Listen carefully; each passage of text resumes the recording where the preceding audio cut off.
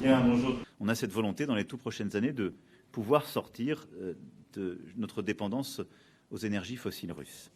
À cet égard, notre objectif sur l'énergie lors de ce sommet était double.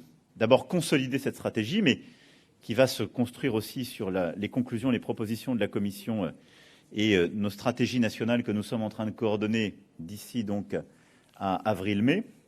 Mais c'est surtout maîtriser notre approvisionnement et nos prix. Et là, l'objectif de très court terme, c'est celui-là. Et au fond, c'est pour ça qu'il y a eu un très long débat. Et c'est pour ça qu'il y a eu, si je puis dire, il y avait des oppositions de départ qui sont bien connues.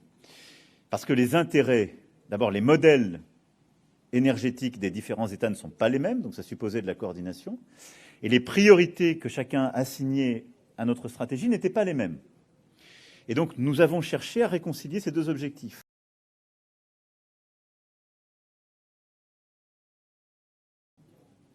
Donc, on a aujourd'hui un problème de prix qui est lié à quoi? À notre dépendance et à une spéculation de marché en même temps qu'une tension. Et tout notre travail a été de concilier ces deux objectifs. Nous avons à cet égard défini plusieurs instruments. On s'est mis en situation d'abord d'avoir une politique commune de stockage pour l'hiver prochain, en définissant justement les voies et moyens de concilier ces intérêts. On a ensuite donné mandat à la Commission de pouvoir justement utiliser plusieurs instruments de régulation et de marché, en particulier des instruments de plafond de prix, parmi plusieurs autres. Mais je veux ici vous dire quels sont, à mes yeux, les éléments les plus structurants que nous avons décidés. Ce que nous avons décidé pour la première fois, c'est que la Commission aurait mandat pour faire de l'achat commun. C'est exactement ce qu'on a décidé, rappelez-vous, pour les vaccins au moment de la crise Covid. Et c'est ça le plus structurant. Alors, d'abord, nous sommes en train de la conduire. Il y a eu des discussions très concrètes aujourd'hui avec le maire de Mariupol et toutes celles et ceux qui sont présents de côté autorité ukrainienne.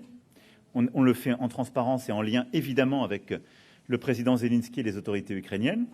Ensuite, il y a nos propres équipes qui se coordonnent et nous allons ensuite négocier avec la partie russe. J'espère pouvoir engager le maximum de parties prenantes dans cette opération. Donc, le plus vite, le mieux. Nous nous mettons en capacité de le faire dans les tout prochains jours. Merci. Et donc, j'aurai sur cette base-là, je pense, d'ici 48-72 heures au maximum, une nouvelle discussion avec le président Poutine pour bien en arrêter les détails et sécuriser les modalités. Voilà. Mais pour moi, c'est, comme vous l'avez compris, l'un des points les plus urgents. Et c'est ce que c'est, je crois, notre devoir. Merci.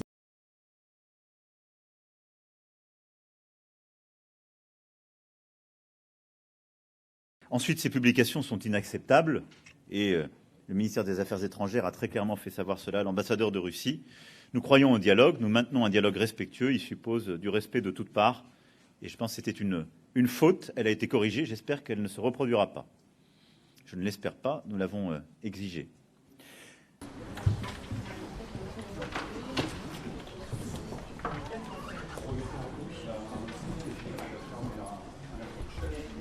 Oui, je pense qu'on va revenir. En tout cas, nous, on est pour...